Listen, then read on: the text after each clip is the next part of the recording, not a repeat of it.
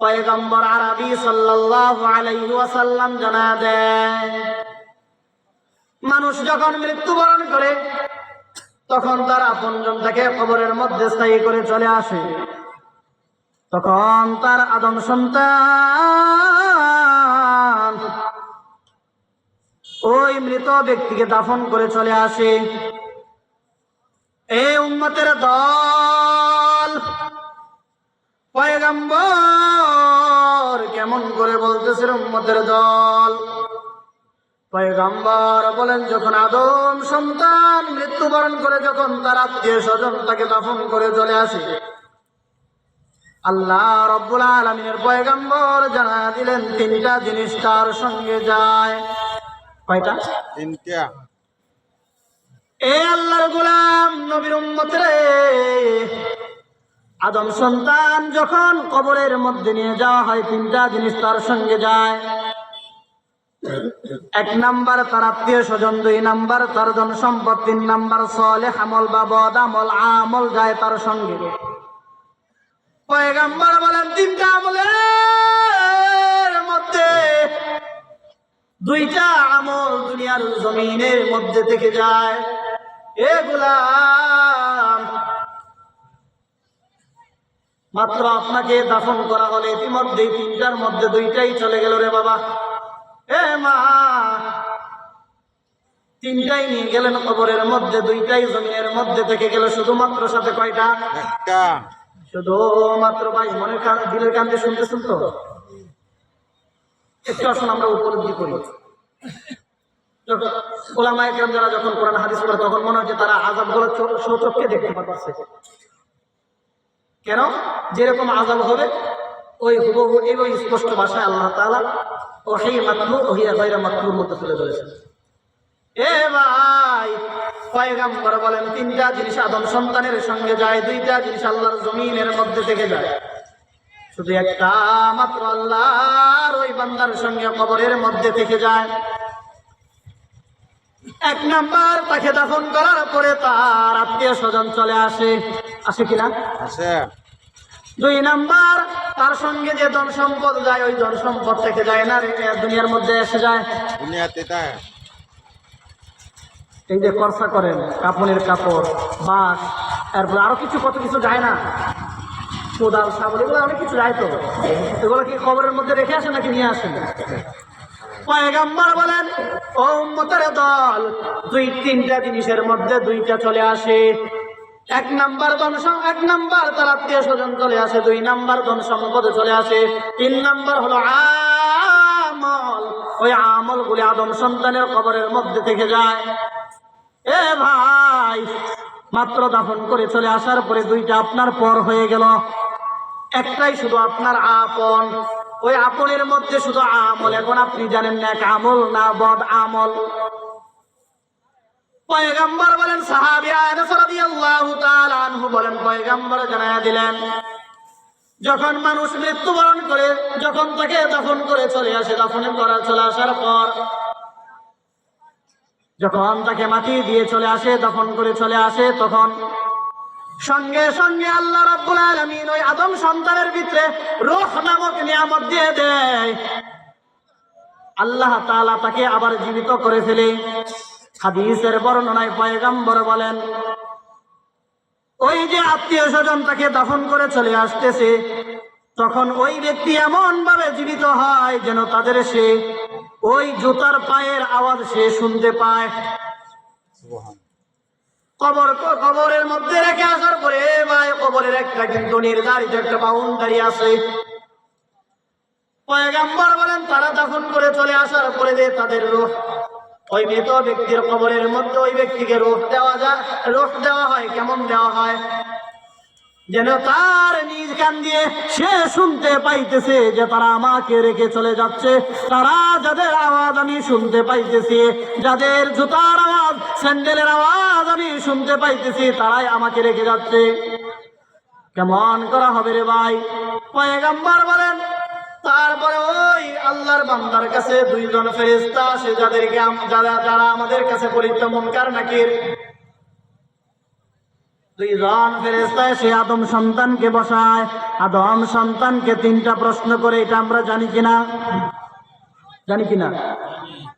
কিন্তু ভাই আমরা জানি 3টা প্রশ্ন, মুমিনের ক্ষেত্রে 4টা প্রশ্ন হবে। একটা প্রশ্ন মনে হয় যে কথাটা নতুন লাগতেছে, জীবন ভরা জানি 3টা শুনছি, এখন 4টার কথা হুজুর বলতেছে, নতুন না? এটা ফেরেশতা তাকে খুশি হয়ে বলবে 4 নম্বর প্রশ্নটা, কিন্তু মূল প্রশ্ন 3টা। মূল প্রশ্ন কয়টা? 3টে। আল্লাহর রহমতের ফেরেশতা এসে বলবেন, মান রাব্বুকা, মা দীনুকা, মান নবিয়ুকা, মা হাযার রাজুলুল্লাযী বুইসা ফীকুম। আল্লাহর রহমতের ফেরেশতারা ওই ব্যক্তিকে বলবেন, হে আল্লাহর গোলাম, মান রাব্বুকা, বলো তো তোমার রব কে? এ ভাই একটু খেয়াল করে শুনো রে মুমিন, যদি আমলবিহীন মারা যাও, যদি আর আপনি যদি বলেন 3টা প্রশ্নের উত্তর আমি মুখস্থ করে যাব, কিন্তু আমি ইবাদত করব না। 3টা প্রশ্নের উত্তর দিতে পারলে আমি জান্নাতি জান্নাতি, আল্লাহ আমাকে জাহান্নাম দিবে না। কিন্তু জেনে রাখো রে মুমিন, যতই মুখস্থ করো না রেখে মুমিন, ঈমান হারা হইয়া যদি মরিয়া যাও, তাহলে আল্লাহ কবরের মধ্যে মুখস্থকৃত আমল, ওই মুখস্থকৃত প্রশ্নের উত্তর আপনাকে বলিয়ে দেওয়া হবে। পার পাওয়া যাবে? নামাজ পড়েন নাই জীবনে, এখন করবেন যে মুখস্থ আছে, উত্তর তো দিতে পারবো? দেওয়া সম্ভব ভাই? দেওয়া সম্ভব? আল্লাহ কি করবেন? ভুলিয়ে দিবেন। আল্লাহ রহমতের ফেরেশতারা বলবেন, এ আল্লাহর গোলাম, বলো তো তোমার রবকে। দুনিয়ার মধ্যে তুমি আল্লাহকে কিভাবে চিন্তা? পয়গম্বর বলেন, ওই ব্যক্তি যদি মুমিন হয়ে যায় বলবেন, রব্বি আল্লাহ, আমার রব হলো আল্লাহ। 2 নম্বর প্রশ্ন হলো, মা দীনুকা, তুমি কোন দিনের উপর প্রতিষ্ঠিত ছিলে? হে ভাই বলুন তো, আমাদের এই দুনিয়ার মধ্যে কি একটা ধর্ম বসবাস করে? একটা? দুনিয়ার মধ্যে কত ধর্ম আছে, কিন্তু আল্লাহর ধর্ম কয়টা? একটা। সূরা আলে ইমরান আয়াত নম্বর 19। আল্লাহ রাব্বুল আলামিনের কাছে মনোনীত ধর্ম দিন কোনটা? ইন্নাদ-দীনা ইনদাল্লাহিল ইসলাম। দুনিয়ার জমিনের মধ্যে আল্লাহ তাআলা ফেরেশতারা যখন বলবেন, মা দীনুকা, তুমি কোন দিনের উপর ছিলা? আল্লাহর গোলাম যদি মুমিন হয়ে যায়, আল্লাহর গোলাম বলবেন দীনিয়াল ইসলাম। কেননা দুনিয়ার মধ্যে একটা ধর্ম বসবাস করে না, এক ধর্মের মানুষ বসবাস করে না। একটা ধর্ম দুনিয়ার মধ্যে নয়, কত মানুষ দেখা যায়, কতগুলো শিক্ষিত মানুষ দেখা যায়, যারা বলেন আমাদেরকে এটাও মানতে হবে, এটাও মানতে হবে। আমাদের পাশে সনাতনী ধর্মের ভাইয়ারাও বসবাস করে, তাদের ধর্ম ঠিক আছে, আমার ধর্ম ঠিক আছে, খ্রিস্টানদের ধর্ম ঠিক আছে, আমারটাও ঠিক আছে, ইহুদিদের ধর্ম, খ্রিস্টানদের ধর্ম, নাসারাদের ধর্ম ঠিক আছে, আমারটাও ঠিক আছে। আল্লাহ বলেন, ওমাইয়াবতাগি গায়রাল ইসলাম দীনা ফালাই ইউকবালা মিনহু ওয়া হুয়া ফিল আখিরাতি মিনাল খাসিরিন। আল্লাহ বলেন, যারা ইসলাম ব্যতীত অন্য ধর্মকে মেনে নেবে, অন্য ধর্মকে বিশ্বাস করবে, আল্লাহ বলেন হুয়া ফিল আখিরাতি মিনাল খাসিরিন। কঠিন কিয়ামতের দিন, ওই জটিল ও কঠিন কিয়ামতের দিন, ভয়াবহ দিনে আল্লাহ তাআলা বলেন তাদের মতো ক্ষতিগ্রস্ত আর কেউ হবে না। এই জন্য ভাই দুনিয়ার মধ্যে আপনাকে জানতে হবে আপনি কোন দিনের উপর প্রতিষ্ঠিত আছেন। আপনি কি দ্বীন আল ইসলামের উপর, নাকি খ্রিস্টানদের উপর, নাকি সনাতনী ধর্মী ভাইদের উপর, নাকি ইহুদিদের উপর, নাকি নাসারাদের ভাইদের উপর, নাকি বৌদ্ধদের উপর? আপনি কোন ধর্মের উপর আছেন ভাই? একটু আপনাকে খেয়াল করা লাগবে, একটু আপনাকে হুঁশ জ্ঞান রাখতে হবে, আপনি কোন দিনের উপর থাকতেছেন। আর এখন দেখা যায় আপনি সনাতনী ভাইদের উদযাপনায় যান, আপনি মুসলিমদের উদযাপনায় যান, আপনাকে দেখা যায় যখন হিন্দুদের পূজা হয় তখন পুনরায় যদি গঞ্জে যান, তাহলে দেখবেন মুসলমানের সন্তান ছাড়া তাদের উৎসব হয় না। এ ভাই, এই জন্য আপনাকে বলবে, মা দীনুকা, তুমি কোন দিনের উপর প্রতিষ্ঠিত ছিলে? আল্লাহর নবী বলেন, যদি ওই ব্যক্তি মুমিন হয়ে যায়, সে উত্তর দিবে দীন আল ইসলাম, আমি দিনের উপরে ছিলাম। 3 নাম্বার প্রশ্ন হলো, মা হাযার রাজুলুল্লাযী বুইসা ফীকুম। আল্লাহ তাআলার ফেরেশতারা বলবেন, ওই ব্যক্তির সম্পর্কে তোমাদের কি ধারণা, যাকে তোমাদের নিকট পাঠানো হয়েছিল? আল্লাহর নবী বলেন, ওই ব্যক্তি যদি মুমিন মুত্তাকিন হয়, তাহলে ওর উত্তর কি হবে? সে বলবে আনা, ওই ব্যক্তি বলবে ইনি হলেন মুহাম্মদুর রাসূলুল্লাহ সাল্লাল্লাহু আলাইহি ওয়াসাল্লাম। কয়টা প্রশ্নের উত্তর দেওয়া হলো? তিনটা প্রশ্নের উত্তর দেওয়া হলো। আল্লাহর ফেরেশতারা 4 নম্বর যেটা বলবেন, খুশি হয়ে বলবেন, হে আল্লাহর গোলাম, তুমি যে এই কথাগুলি বললা, এই 3টা প্রশ্নের উত্তর দিলা, তাহলে বলে তো তুমি কিভাবে জানতে পারলা? আল্লাহর গোলাম বললেন, কারাতা কিতাবাল্লাহ ওয়া আমানতু বিল্লাহ আন সাদাকা।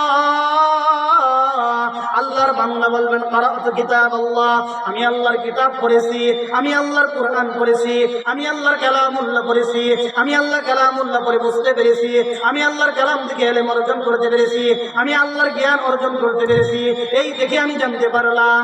তারপরে বলা হবে ওয়া আমানতু বিল্লাহ, আমি আল্লাহর উপর ঈমান আনলাম। আন সাদাকা, কে যেন উপর থেকে আওয়াজ দেয়, আন সাদাকা আবদি, আল্লাহ তাআলা কাছ থেকে আওয়াজ দিবেন, হে আমার ফেরেশতাদের দল, আন সাদাকা আবদি, আমার বান্দা সত্য কথা বলতেছে। ফাফরিশুহু মিনাল জান্নাহ, আল্লাহ বলবেন, ও আমার ফেরেশতাদের দল, আমার ওই মুমিন বান্দার, আমার ওই মুমিন বান্দাকে জান্নাতের বিছানা বিছাইয়া দাও। আল্লাহ বলবেন, আলবিসুহু মিনাল জান্নাহ, আল্লাহ বলবেন, ও আমার ফেরেশতাদের দল, আমার ওই বান্দাকে জান্নাতের পোশাক পরায় দাও। আল্লাহ বলবেন, আফতাহু লাহুম বাবান ইলাল জান্নাহ, আল্লাহ বলবেন, ও আমার ফেরেশতাদের দল, আমার বান্দাকে জান্নাতের দরজাটা খুলিয়া দাও। কেন দেওয়া হবে রে আল্লাহর গোলাম? যাতে করে আমার ওই বান্দা জান্নাতের পোশাক পরিহিত থাকতে পারে, যাতে করে আমার আল্লাহ জান্নাতের বিছানায় শুইতে পারে, যাতে করে আমার আল্লাহ ওই জান্নাতের মধ্যে যে মুমিন বান্দাকে আমার আল্লাহ জান্নাতের দরজা এই জন্য খুলে দেবেন। কেন খুলে দেবে রে বাবা, কেন খুলে দেবে রে মা? এই জন্য আমার আল্লাহ বলতেছেন, আমার আল্লাহ জানাই দিলেন, পয়গম্বর হাদিসের বর্ণনা জানাই দিলেন, জান্নাতের দরজা এই জন্য খোলা হবে যাতে করে ওই আল্লাহর গোলাম জান্নাতের আরাম যেন আমার ওই বান্দা কবর থেকে পেয়ে যায়। যদি মুমিন হয়, মুমিন হলে কি করবে? জান্নাতের বিছানা হবে, জান্নাতের পোশাক হবে, জান্নাতের সঙ্গে দরজা খুলিয়ে দিবে। ও আল্লাহর গোলাম নবীর উম্মতের দল, এই হাদিসের শেষের বাক্য 2টি পাঠ, ওই হাদিসের মধ্যে 2টি পাঠ। একটা হলো মুমিন ব্যক্তি সম্পর্কে, আল্লাহ তাআলা বলেন, পয়গম্বর জানায় দিলেন, ওয়া আম্মাল কাফিরুনা ফিল মুনাফিকুন, পয়গম্বর বলেন 2টি বর্ণনা। একটা বর্ণনার মধ্যে কাফেরদের কথা বলা হয়েছে, সহিহ বুখারীর বর্ণনায় 2 জনের কথা বলা হয়েছে, কাফের এবং মুনাফিকের কথা বলেছেন আল্লাহ রাব্বুল আলামিনের পয়গম্বর জানায় দিলেন, হে উম্মতের দল, আল্লাহ রাব্বুল আলামিন বলেন, যখন ওই ব্যক্তি কাফের কিংবা মুমিন, কাফের কিংবা মুনাফিক হয়, তাকে কবরে রেখে আসার পর আবার প্রথম শব্দের মধ্যে আল্লাহ তাআলার পয়গম্বর জানায়া দিলেন, তাকে রেখে আসার পরে সঙ্গে সঙ্গে তার ভিতরে আত্মা দেওয়া হবে, রূহ দেওয়া হবে। দেওয়ার পর এমন ভাবে তার আত্মীয় স্বজন দাফন করে চলে গেছে, এবং আত্মীয় স্বজনদের পায়ের আওয়াজ, জুতার আওয়াজ, স্যান্ডেলের আওয়াজ সে শুনতে পাবে। এই শোনার পরে যে 2 জন ফেরেশতারা আসবেন, এসে ওই বান্দাকে বসিয়ে বলবেন, মান রব্বুকা মা দীনুকা মা হাযার রাজুলুল্লাযী বুইসা ফীকুম। আল্লাহর রহমতের ফেরেশতারা যখন বলবেন মান নাবিয়ুকা, ওই ব্যক্তি বলবেন, লা আদরি, হায় আফসোস, হায় আফসোস, আমি জানি না। যখন বলবেন মা দীনুকা, তোমার দিন কি ছিল, তুমি দুনিয়ার মধ্যে কোন দিনের উপর প্রতিষ্ঠিত ছিলে, তখন বলবে হা লা আদরি, আমার আফসোস, আমি জানি না, আমি জানি না। তখন বলবেন মা হাযার রাজুলুল্লাযী বুইসা ফীকুম, ওই ব্যক্তির সম্পর্কে কি জানো, যাকে তোমাদের কাছে প্রেরণ করা হয়েছিল, যাকে আল্লাহ তাআলার কাছে কালামুল্লাহ দিয়ে পাঠানো হয়েছিল, যে আল্লাহ তাআলার বান্দা, যে আল্লাহ তাআলার রাসূল, ওই ব্যক্তির সম্পর্কে তোমাদের ধারণা কি ছিল? তখন বলবেন ওই ব্যক্তি, হা হা লা আদরি, আমি জানি না। সহিহ বুখারীর বর্ণনায় বা অন্য কোন সিয়াসিত্তার মধ্যে কোন একটি বর্ণনায় বলা হয়েছে, বলতেছেন ওই ব্যক্তি বলেন, যদি ওই ব্যক্তি বলবেন যে আমি প্রকৃত সত্য কি আমি জানি না, তবে মানুষ যা বলতো আমিও তাই বলতাম। এ ভাই, এখন আমরা মানুষের কথা বিশ্বাস করি কিনা? এমন কিছু আছে না আমি নিজে জানি না, তবে অমুকে শুনলাম উনি অমুকে বলছে, হয় কিনা? হয় হয় ওই গুনাহগার মুনাফিক, ওই আল্লাহ তাআলার বান্দা, ওই গুনাহগার, ওই মুনাফিক কাফের বলবে আমি জানি না, তবে আমি মানুষদের মুখে যা শুনতাম আমিও তাই বলতাম। আল্লাহ তাআলা রাগান্বিত হইয়া আল্লাহ রাসূল হাদিসের মধ্যে বলেন আনকাযাবা মিনাস সামা,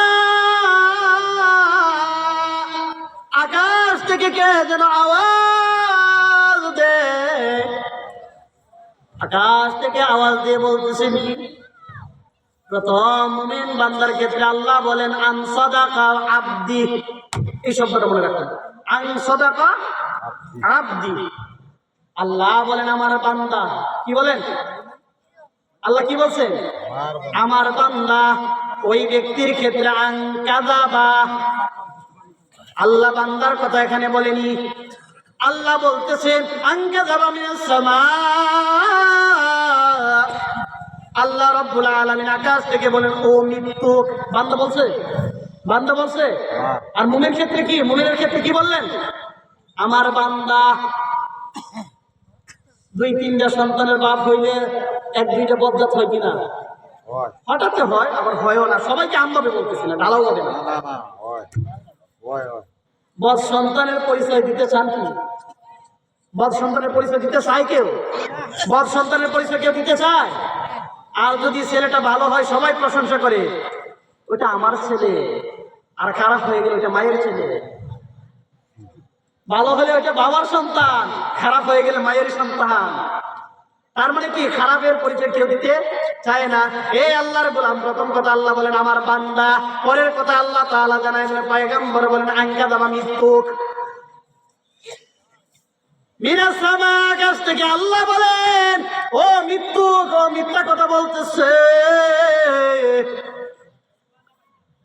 তখন বলেন ফাফরিশুহু মিনান নার, তাকে জাহান্নামের আগুনের বিছানা বিছায়া দাও। ওয়ালবিসুহু মিনান নার, ওই যে জামাটা দেখতেছেন আমার গায়ে, আপনার গায়ে যে জামাটা আছে, যে কাপড়টা আছে, আল্লাহ বলবেন ওয়ালবিসুহু মিনান নার, ওকে জাহান্নামের পোশাক পরায় দাও, আগুনের পোশাক পরায় দাও। এ ভাই, পর্দার আড়ালের মা, আপনার আমার পরিহিত আপনার আমার গায়ে যে জামাটা আছে, এটা যদি আগুনের হয় কতটুকু সময় রাখবো? কথা বোঝাতে পারলাম না? আল্লাহর গোলাম, আমি যেই পোশাক পরে আলোচনা করছি, আপনারা যেই পোশাক পরে শুনতেছেন, শ্রবণ করতেছেন, ওইটা যদি আগুনের পোশাক হয় তাহলে কি রাখা সম্ভব? আল্লাহ বলেন ওয়ালবিসুহু মিনান নার, ওকে জাহান্নামের আগুনের পোশাক পরায়া দাও। আস্তাহু লাহু বাবান ইলান নার, তাকে তোমরা জাহান্নামের একটা দরজা খুলিয়া দাও। কেন রে ভাই, কেন রে মা? এই জন্য যাতে করে সে জাহান্নামের লোহাওয়া আগুন যাতে করে তার কবরের মধ্যে আসতে পারে। হে ভাই, জাহান্নামের মধ্যে আগুন ছাড়া কিছুই নাই। কেমন হবে রে ভাই? পয়গম্বর বলতেন ও সাহাবীদের দল, তোমরা কি জানো জাহান্নামের আগুন কেমন হবে? তোমাদের বাড়িতে তোমাদের মা বোনেরা চুলায় যখন আগুন ধরায়, ওই যে চুলার মধ্যে যে আগুন জ্বলে, ওই আগুনের চাইতে 70 গুণ পাওয়ার, 69 গুণ পাওয়ার বেশি থাকবে জাহান্নামের আযাব। পয়গম্বরকে সাহাবীরা বলেন ও পয়গম্বর, আমাদের মা বোনেরা যে আগুন ধরায়, আগুন দিয়ে যদি মানুষকে শাস্তি দেওয়া হয় তাহলে তো এটাই যথেষ্ট থাকে জ্বালানোর জন্য, যথেষ্ট নয়? আমাদের মা বোনেরা আগুন ধরায় না, ভাত রান্না করে না, এই আগুনের মধ্যে টিকতে পারবো আমরা? এটা চাললে কুলাই জাজাল্য প্রমাণ কি? সনাতনী ভাইয়েরা ধরায় না? ধরা কি হয় শেষে ছাই হয়ে যায় না? সাই এটাই তো আমাদের জাজাল্য প্রমাণ। পয়গম্বর বলেন, ও সাহাবীদের দল, না না, তোমাদের বাড়িতে যে আগুন হয় আগুনের চাইতে 69 গুণ পাওয়ার বেশি থাকবে জাহান্নামের আযাবের আগুন। সইতে পারবো রে ভাই, সইতে পারবো রে মা। ও মা, একটু সাবধান হয়ে যাও রে মা। মাদেরকে কেন বললাম? পয়গম্বর বলেন, আমি যখন জাহান্নামের মধ্যে উঠিয়ে দিয়ে দেখলাম, আমি দেখলাম অধিকাংশ মহিলাদেরকে জাহান্নামের মধ্যে দেখতে পেলাম। এর মানে এই নয় যে পুরুষ জাহান্নামে যাবে না। আপনারা একবার খুশি হয়ে বসে পাইবেন না। মাদেরকে জাহান্নামে পাঠিয়ে দিয়ে পুরুষদেরকে জান্নাতে পাঠিয়ে দেন। আল্লাহ রাসূল বললেন অধিকাংশ মহিলারা জাহান্নামে যাবে দুইটা কারণে। বিশেষ করে মা বোনেরা এই হাদিসটি একটু মনে রাখুন। দুইটা কারণে ভাই। কয়টা কারণে?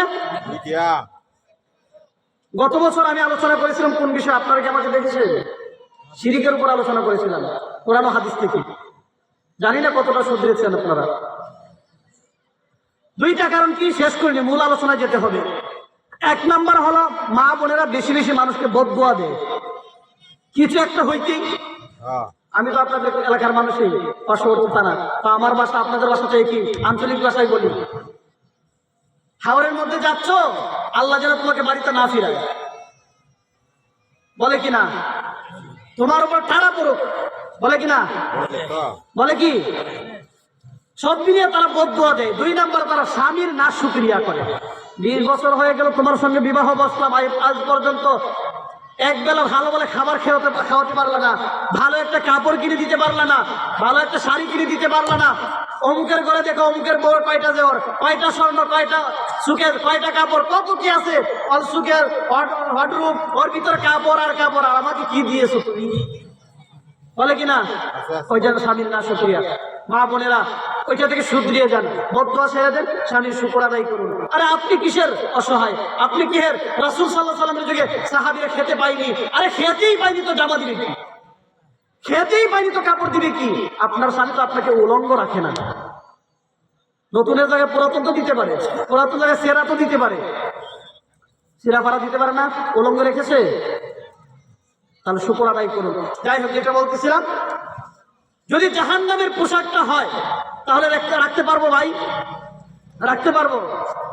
এই জন্য পয়গম্বর বলেন, আল্লাহ রাব্বুল আলামিন ওই হাদিসের বর্ণনায় বলেন, তারপরে আল্লাহ তাআলা বলেন, ওই মুমিন ব্যক্তির কাছে একজন সুদর্শন সুশোভিত মিশকে আম্বরের গন্ধযুক্ত একজন, গ্রাম যুক্ত একজন আল্লাহর বান্দা আসবে। কার কাছে ভাই? আল্লাহর কাছে। কার কাছে? ওই মুমিন বান্দার কাছে। বুঝতে হবে ভাই আলোচনা, যদি না বুঝেন আমল করা সম্ভব নয়। এসে বলবেন, তুমি তোমার কল্যাণ হোক।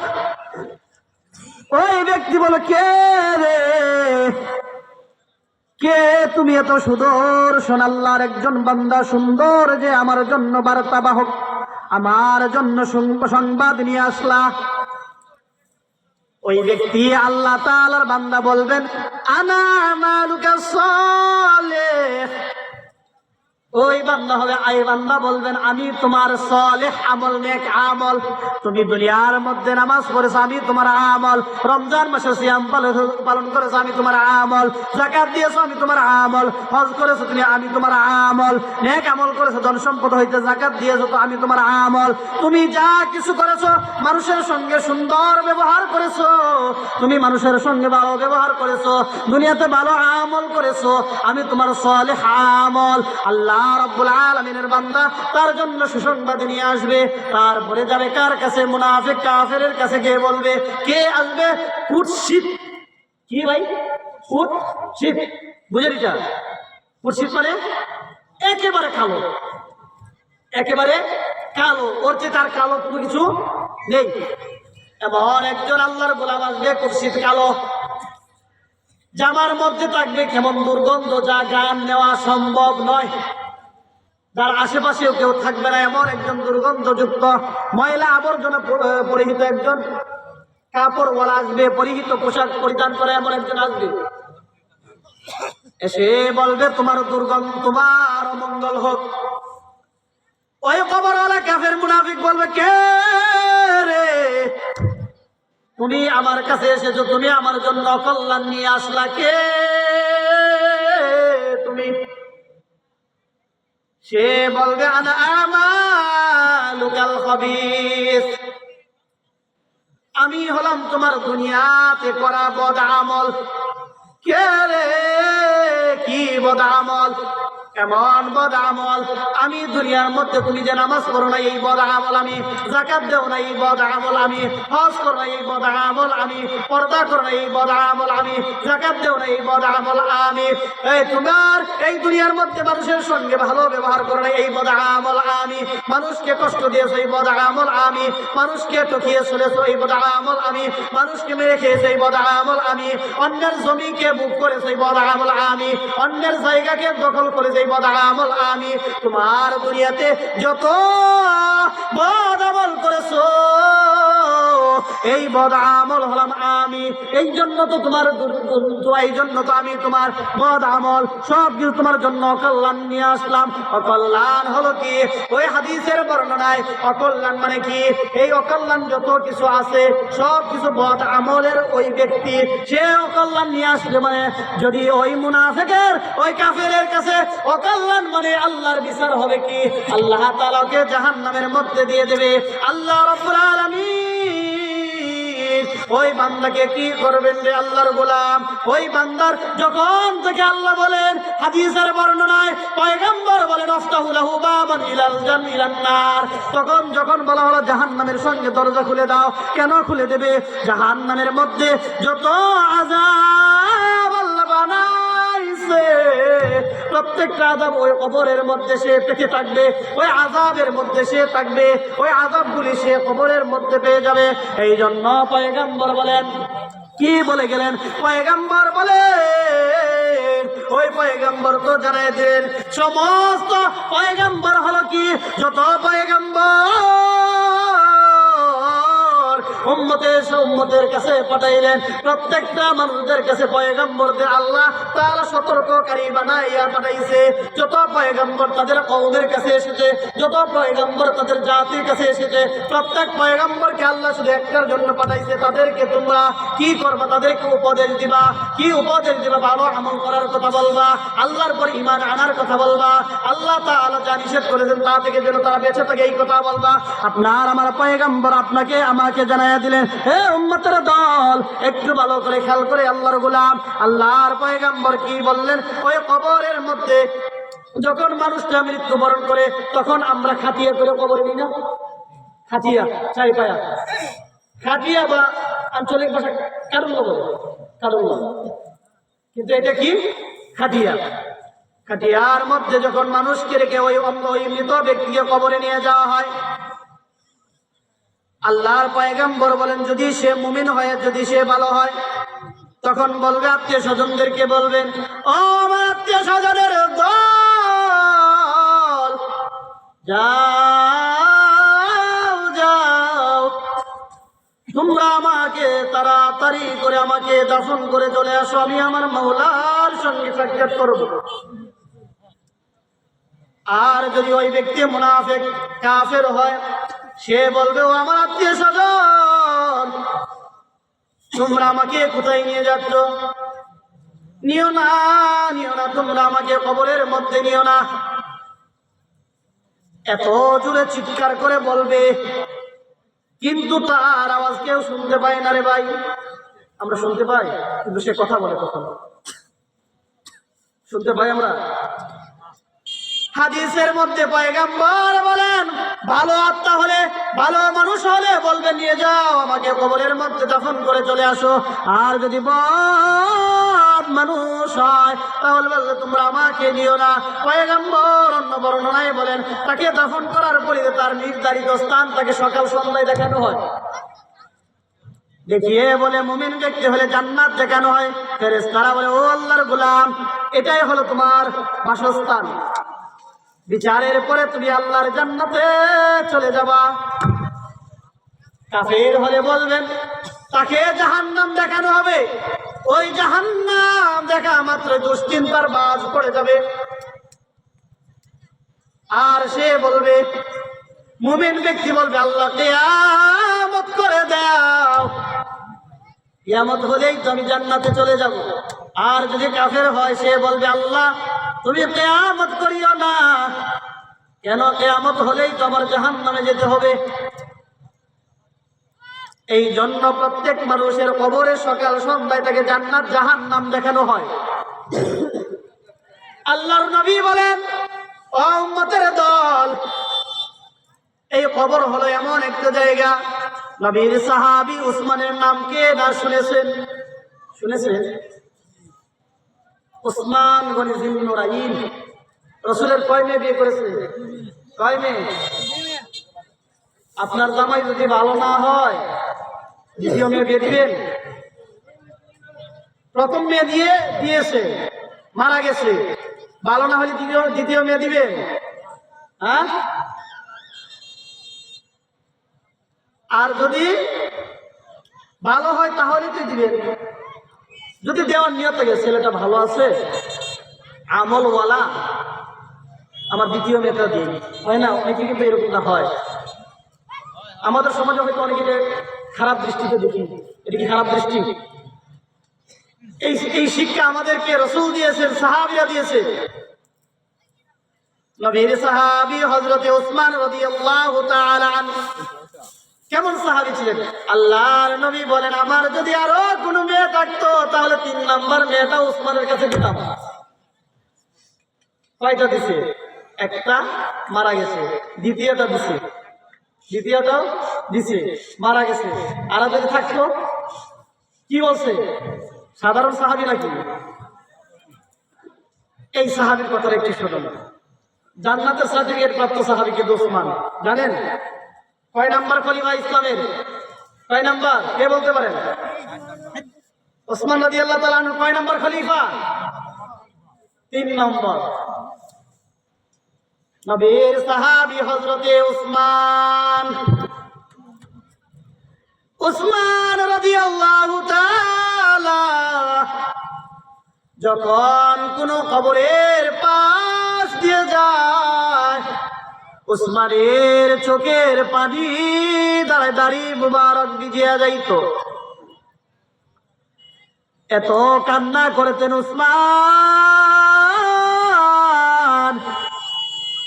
লোকেরা জিজ্ঞাসা করে, হে উসমান, যখন আপনি জান্নাতের কথা স্মরণ করেন, জাহান্নামের কথা স্মরণ করেন, জান্নাত জাহান্নামের কথা যখন আপনার সামনে আলোচনা করা হয়, উসমান, আপনাকে এতটা কান্না করতে দেখি না যতটা কান্না করতে দেখি কবরের পাশ দিয়ে হেঁটে গেলে। উসমান বলে, ও আমার সম্প্রদায়ের লোক, কবর দেখে আমি উসমান কেন কান্না করি তোমরা কি জানো? উসমান বলে, আমি এই জন্য কান্না করি, ইন্না আউয়ালা মানজিলিন ফি কবর। আল্লাহর নবী বলেন, আমাকে বলেছিলেন, রে উসমান, মানুষ যখন মারা যায় তার প্রথম ঘাঁটি, প্রথম ঘর কি? প্রথম ঘর? আল্লাহর নবী আমাকে বলে, উসমান, যখন আমি কবরের পাশ দিয়ে হেঁটে যাই, উসমান বলেন, এই জন্য কান্না করি, কবর হলো প্রত্যেকটা মানুষের প্রথম ঘাঁটি, প্রথম মঞ্জিল।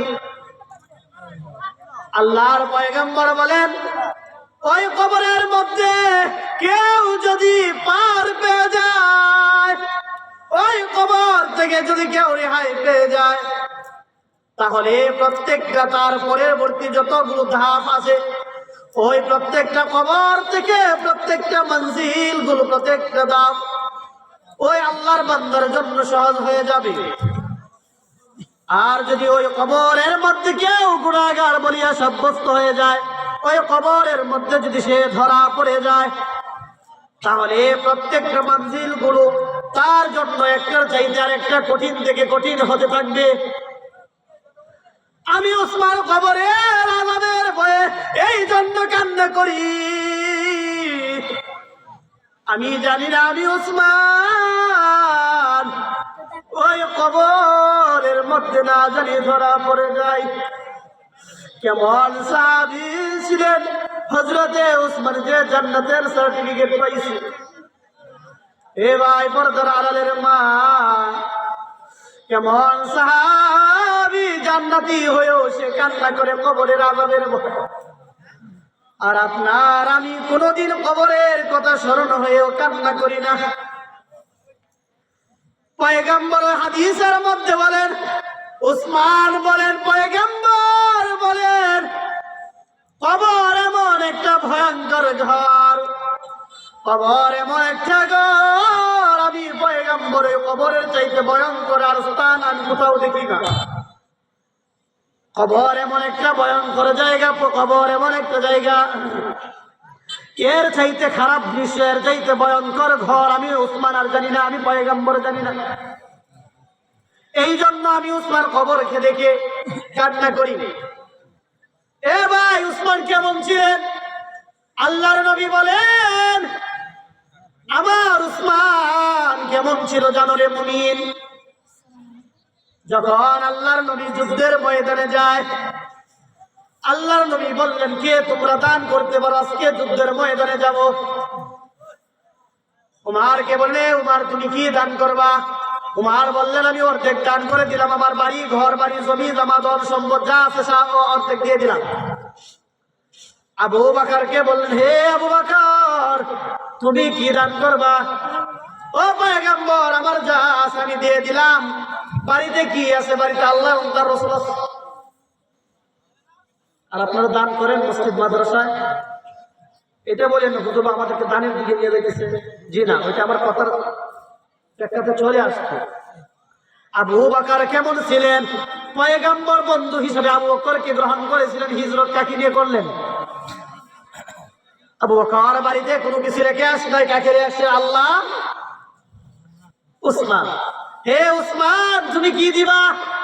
উসমান বলল, পয়গম্বর যুদ্ধের ময়দানে যত সাহাবীরা অংশগ্রহণ করবে, আমি ওসমান তাদের 3 ভাগের 1 ভাগের খানা খরচ, যাতায়াত খরচ, বাহন আমি ওসমান বহন করব। সেই যুদ্ধের ময়দানে সম্ভবত উহুদ যুদ্ধের দিন হবে। ওই যুদ্ধে ছিল 30,000। 30-এর 3 অর্ধেক কত? 3-এর কত? 1 কত? 10 কত? কেমন মন মানসিকতা, কেমন হইলে 10,000 মানুষের খানা খরচ এবং যাতায়াত খরচ বহন করতে পারে এই উসমান।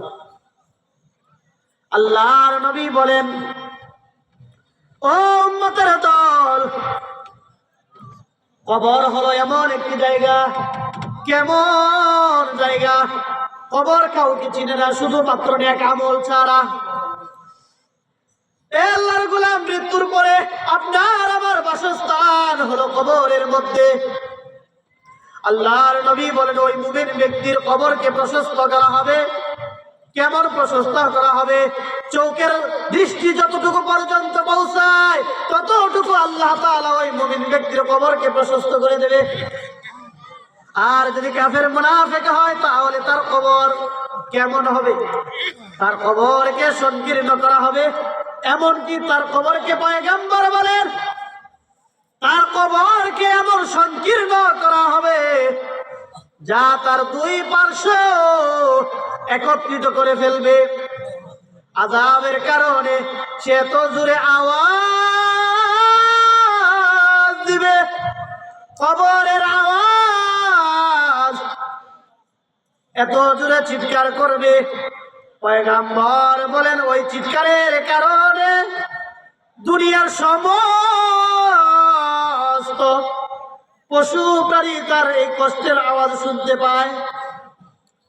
শুধুমাত্র জিন আর মানুষ শুনতে পায় না, আর সবাই শুনতে পায়। এ ভাই, মা ও পর্দার আড়ালের মা, কতটা আওয়াজ হলে বারজাখের জিন্দেগির আওয়াজ দুনিয়াতে আসে? কতটা আওয়াজ হইলে? আজকে আমি মাইকে আলোচনা করতেছি, কতটুকু পর্যন্ত যায়? আর সেদিন সে কি করবে? ওই কবরের আযাব তার কোথায় চলে যাবে? দুনিয়ার মধ্যে চলে আসে, বারজাখের জিন্দেগির আওয়াজ সেখানে আসবে। সামুরা ইবনে জুনদুব রাদিয়াল্লাহু তাআলা আনহু বলেন, সামুরা ইবনে জুনদুব রাদিয়াল্লাহু তাআলা আনহু বলেন, এই হাদিসটি বলে আমি শেষ করে নেব। হযরত চলে আসলেন, এই হাদিসটি বলে আমি শেষ করে নেব। এটার মধ্যে কয়েকটি বিষয় আছে, একটু মনোযোগ দিয়ে শুনবেন। আমি হাদিস শেষ করি, এই হাদিস আমি সংক্ষিপ্তভাবে শেষ করব। সামুরা ইবনে জুনদুব নবীর একজন সাহাবী ছিলেন। কেমন সাহাবী ছিলেন? সাহাবীরা সবাই তো আল্লাহর কাছে দামি। সাহাবী কারা? এখানে একটা ভুল ধারণা, আমরা রাসূলকে যারা দেখেছেন তারাই সাহাবী, তারাই জান্নাতে যাবে নাকি? রাসূলকে দেখলেই সাহাবী হওয়া যায়, জান্নাতে যাওয়া যায়? এই ক্ষেত্রে আবু জাহল জান্নাতি, আবু লাহাব জান্নাতি, আবু তালিব জান্নাতি, যত কাফের আছে, যত মুশরিক আছে সব জান্নাতি নাকি? রাসূলকে দেখার পরে আল্লাহর উপর ঈমান আনা লাগবে, রাসূলকে মেনে চলা লাগবে। সামুরা ইবনে জুনদুব রাদিয়াল্লাহু তাআলা আনহু বলেন, রাসূল সাল্লাল্লাহু আলাইহি ওয়াসাল্লামের একটা অভ্যাস ছিলেন। কেমন অভ্যাস ছিলেন রে আল্লাহর গোলাম? পয়গম্বর প্রতিদিন ফজরের নামাজ পড়ে আমাদের দিকে মুখ করে তাকাইয়া বলতেন, ও সাহাবায়ে কেরাম, আজকে রাত্রে তোমরা কি কেউ কোনো স্বপ্ন দেখেছো? না না, আমরা কোনো স্বপ্ন দেখিনি। পয়গম্বর বলেন, আজ রাত্রে আমি একটা স্বপ্ন দেখেছি। কেমন স্বপ্ন দেখেছি? পয়গম্বর বলেন, দুইজন লোক আমার দুই বাহুতে ধরে আমাকে উপর দিকে নিয়ে যাচ্ছে, সম্ভবত সাম দিকে নিয়ে যাচ্ছে। নিয়ে যাওয়ার পরে আমি দেখলাম একটা আল্লাহর গোলামকে লোহা দিয়ে, শিকল দিয়ে তার মুখের ভিতরে ডান গালের মধ্যে ঢুকাইয়া পিছন দিকে বের করতেছে। আবার নিয়ে আসলেন, আবার বাম গাল দিয়ে ঢুকাইয়া পিছন দিকে বের করতেছে। পয়গম্বর বলেন, ব্যাপার কি? তারা কারা? সাহাবী বলেন, ওই বর্ণনার মধ্যে তখন আল্লাহর ওই দুইজন ফেরেশতারা বলতেছে, সামনে চলুন। যাওয়ার পরে আল্লাহর এক বান্দা শোয়া অবস্থায় ওই দুইজন ব্যক্তিকে, যখন পয়গম্বরকে দুইজন ব্যক্তি নিয়ে গেলেন, দেখলেন একজন ব্যক্তি হাতে একটা বিশাল বড় এক পাথর। ওই পাথর কেমন করে হলো? ওই ব্যক্তির মাথার মধ্যে এমন জোরে আওয়াজ হয় পাথরের আঘাতে, এমন জোরে ওই ব্যক্তির মাথায় মারতেছে, মাথার মস্তিষ্ক বের হয়ে যাচ্ছে। পাথর যখন দূরে চলে যায়, আবার পাথর নিয়ে আসার সময়ের মধ্যে মাথা ঠিক হয়ে যায়। পয়গম্বর বললেন, কে? সামনে চলুন, সামনে চলুন। কারা বলতেছেন? ওই যে দুইজন ব্যক্তি। সামনে চলুন যখন বলবো, আরো কয়েকবার আসবে কথাটা, তখন মনে করবেন যে ওই যে দুইজন ব্যক্তি আল্লাহর সঙ্গে বলতেছে, সামনে চলুন। তারপরে চললেন, একটা রক্তের বন্যার মধ্যে একটা লোক সাঁতরায়, একটা রক্তের বন্যার মধ্যে একটা লোক সাঁতরায়। ভাই, আপনার আমি যখন সমুদ্রের মধ্যে কোনো পানির মধ্যে সাঁতরাই, কতটুকু সময় সাঁতরাতে পারবো? ক্লান্তি আসবে কিনা? যখন এই পারে উঠতে চায়, এক পাথর দিয়ে একজন লোক তাকে মাথার মধ্যে মেরে দেয়, আবার সে চলে যায়। পয়গম্বর বলেন, কে? সামনে চলুন। দেখলেন একটা গর্তের মধ্যে উলঙ্গ নারী পুরুষ একাকার হয়ে আছে। ওই উলঙ্গ নারী পুরুষকে আগুনের মধ্যে জ্বালানো হচ্ছে। যখন আগুনের পাওয়ার বেড়ে যায়, তারা আগুনের সঙ্গে বলা হয় যেন বের হয়ে আসবে।